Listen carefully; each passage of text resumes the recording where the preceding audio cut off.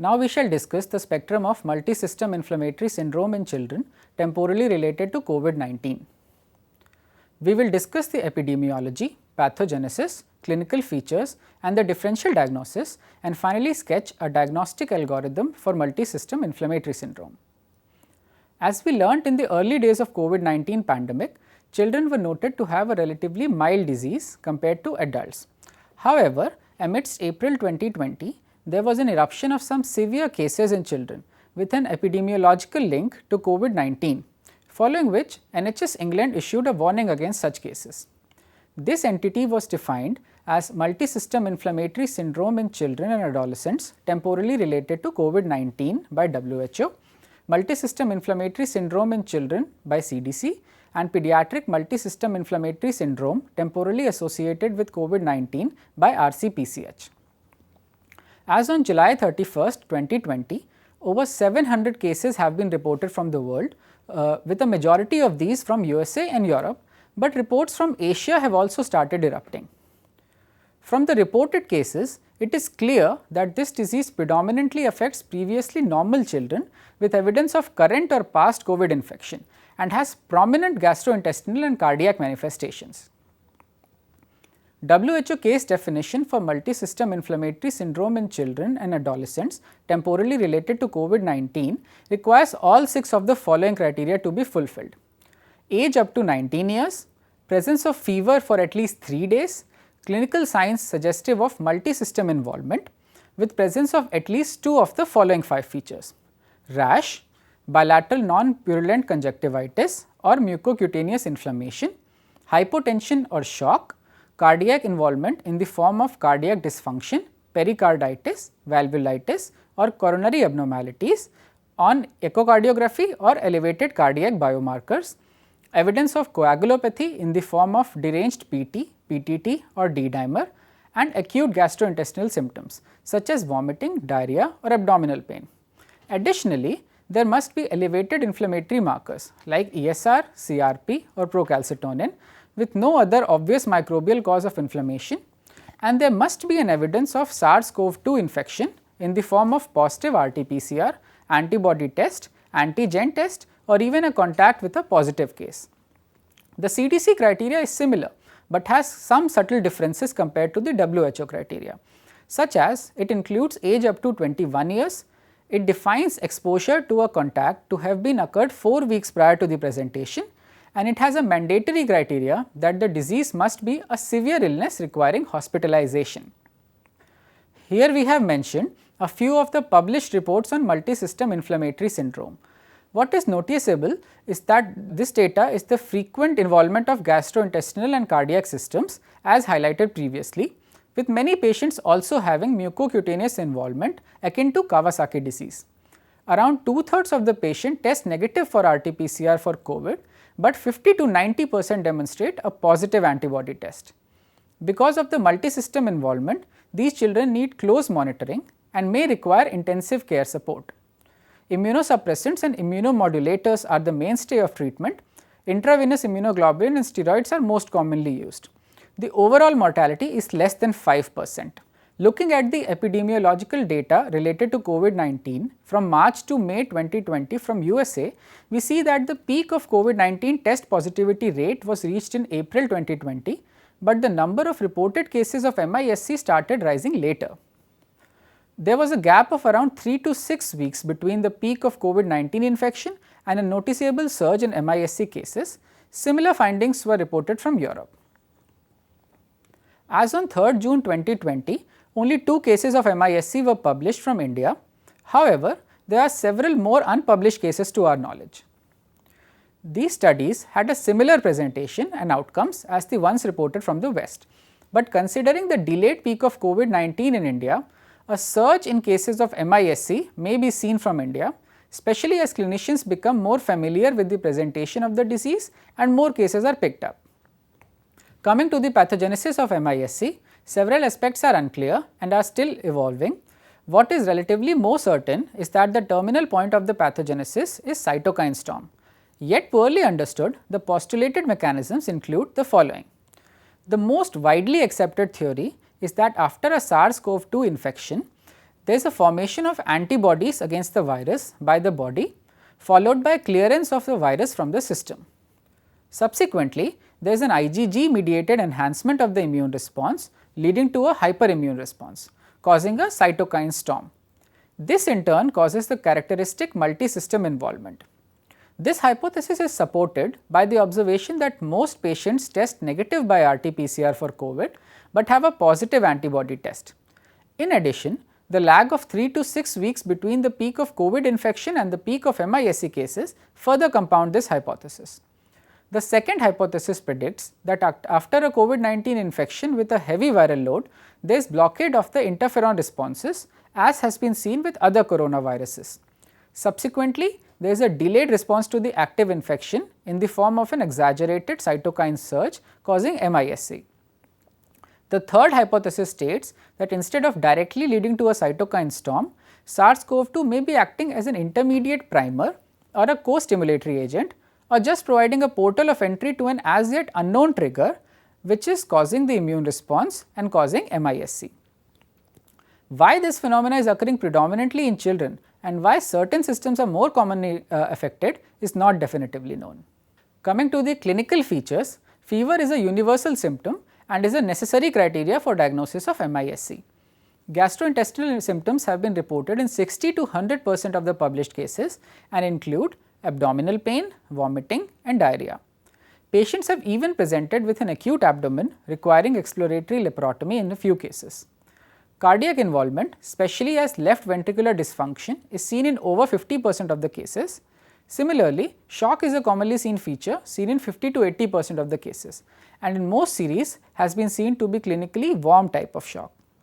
MIS-C has several features which may mimic those seen in Kawasaki disease. In fact, the criteria for Kawasaki disease may be met in around 40% of the cases. These features include rash, which is usually polymorphous and may be seen on the trunk or extremities. Similarly, these children may have bilateral non-purulent conjunctivitis, mucous membrane involvement in the form of mucosal erythema and strawberry tongue, and swelling over hands and feet. In addition, coronary artery abnormalities have been reported in 8 to 48% of the patients, but long-term data about the progression of these abnormalities is not known. This image shows the typical erythematous maculopapular rash seen on the extremities and trunk. Targetoid rashes have also been described. Other clinical features include neurocognitive symptoms, which can manifest as headache, lethargy, confusion or irritability in a younger child. As opposed to COVID-19 infection in adults, respiratory symptoms are usually not a prominent symptom of MIS-C and may be seen in 20 to 60% cases. Serositis in the form of pericarditis and pericardial effusion, pleural effusion and ascites may be seen in a minority of patients. In many cases, patients may develop multi-organ dysfunction in the form of respiratory failure, acute renal failure and less commonly acute liver failure. Let us now discuss a few differential diagnoses that may mimic MIS-C. Kawasaki disease is a closed differential with several overlapping features. However, some differences have been noted between the two conditions. In MIS-C, the children are typically older, usually 8 to 10 years of age, while Kawasaki disease is mainly seen in children below 5 years of age. Gastrointestinal symptoms, myocardial dysfunction and shock are much more common in MIS-C. Inflammatory markers have been seen to be much highly elevated in MIS-C as compared to Kawasaki disease, and thrombocytopenia is a relatively common feature of MIS-C, but is rare in Kawasaki disease. Toxic shock syndrome is another close differential because of the presence of multi-organ involvement along with fever. However, a microbiological evidence of Staphylococcus or Streptococcus is necessary for the diagnosis of TSS. Bacterial sepsis and septic shock cannot be ruled out in most severe cases of MIS-C at presentation and needs workup. However, certain features like coronary artery abnormalities are not seen in sepsis. Lastly, in endemic countries like India, dengue and dengue related secondary hemophagocytic lymphohistiocytosis has to be kept in mind, especially in the monsoon season, and dengue infection must be ruled out in suspected cases of MIS-C. Multisystem inflammatory syndrome requires a thorough investigation, not only to establish the diagnosis, but to exclude other important differentials and find out the extent of organ involvement. Complete blood count with differential count is necessary and may reveal lymphopenia and neutrophilia along with mild anemia and thrombocytopenia. Levels of inflammatory markers like ESR, CRP, procalcitonin, interleukin 6 are determined and are seen to be universally elevated. Cardiac markers like troponin, NT-proBNP are elevated in 68 to 100% of the cases and indicate myocardial involvement. Liver function tests often reveal mild derangement of liver enzymes and hypoalbuminemia. Renal function tests are done to look for renal involvement. Blood gas analysis is necessary for management of respiratory failure and shock. Coagulation defects are sometimes seen in MISC. Hence, coagulation studies including PTINR, APTT and D-dimer levels needs to be done. ECG is also done, which may reveal STT changes and arrhythmia in case of myocarditis and electrolyte abnormalities, and low voltage waves may be seen in case of pericardial effusion.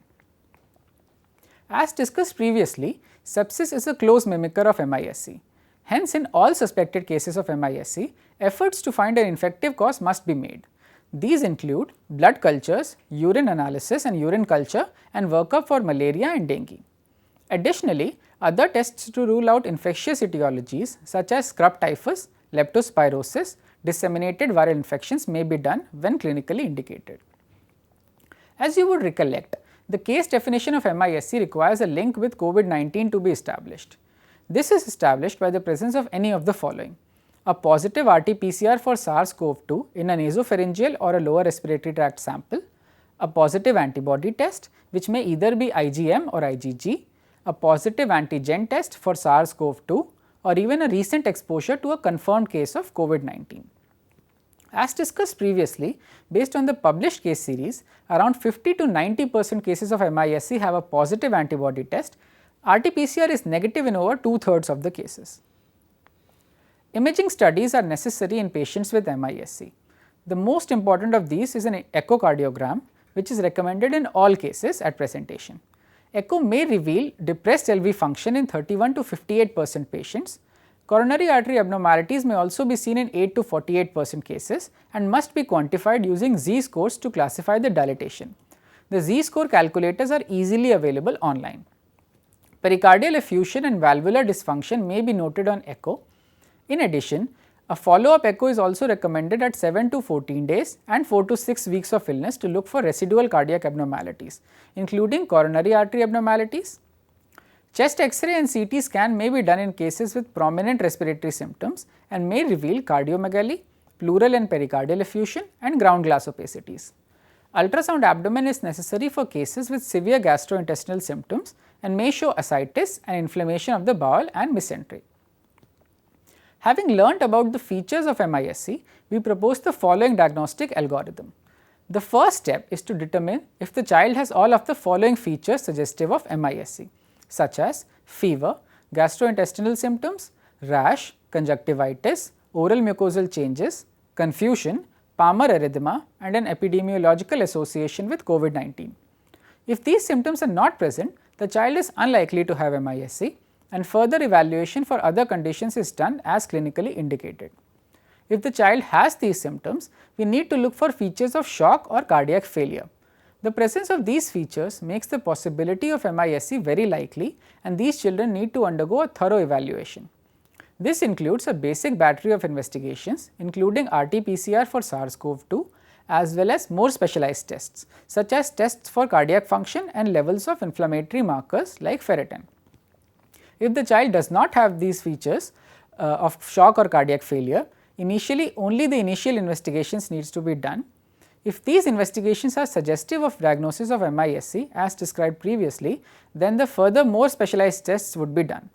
In the initial investigations are not compatible with the diagnosis of MISC, then other conditions need to be looked for while monitoring carefully for evolution of new symptoms. To summarize, here is a pictorial representation of the features of MISC. Children have fever along with conjunctivitis, rash, swelling of palms and soles. They often have nausea, vomiting, abdominal pain and diarrhea with mildly elevated liver enzymes. Cardiac involvement is prominent with elevated cardiac biomarkers and echo abnormalities. There may be headache, meningismus and lethargy. Respiratory involvement in the form of hypoxemia and pulmonary infiltrates, although rare, may be seen. Blood tests reveal thrombocytopenia, neutrophilia and lymphopenia and elevate inflammatory markers, and importantly, there is a lab evidence of current or past SARS-CoV-2 infection or a history of exposure to COVID-19.